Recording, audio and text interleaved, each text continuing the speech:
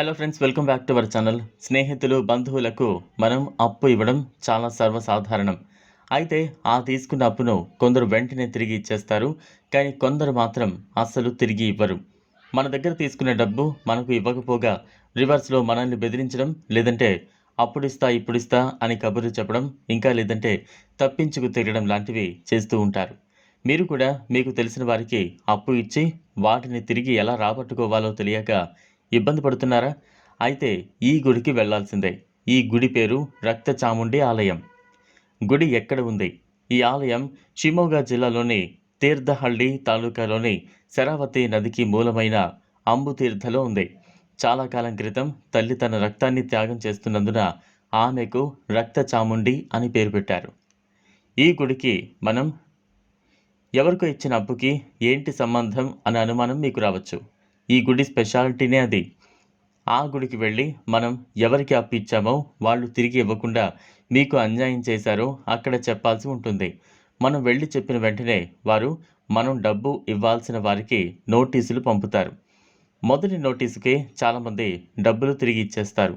అలా ఇవ్వకుంటే మరో 2 నోటీసులు వెళతాయి. అయినా స్పందన లేకపోతే వారు తీవ్ర కష్టాలు పడతారట. సంవత్సరం తిరిగేలోగా నిందితుని చాముండి చాలా కష్టాలు పడేలా చేస్తుంది. ప్రమాదాలు, అనారోగ్యం, గృహోపకరణాలు కోల్పోవడం, కుటుంబంలో కలహాలు మొదలైనవి. చాలామంది ప్రమాదం జరగకముందే భయపడిపోయి డబ్బులు తిరిగి ఇచ్చేస్తూ ఉంటారట. కేవలం రుణ చెల్లింపు మాత్రమే కాదు, సంతానం లేని వారు ఈ అమ్మవారి వద్దకు వచ్చి మొక్కుకుంటే వెంటనే సంతానం కలుగుతుంది.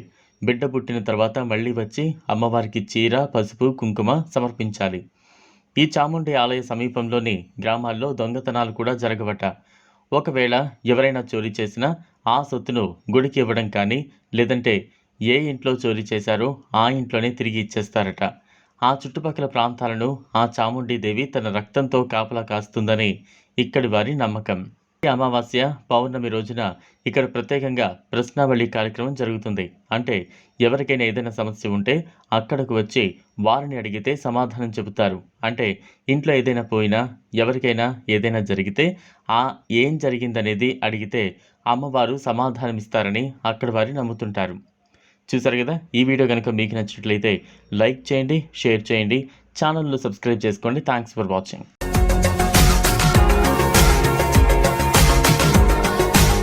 మరిన్ని అప్డేట్స్ కోసం మా ఛానల్ని సబ్స్క్రైబ్ చేయండి.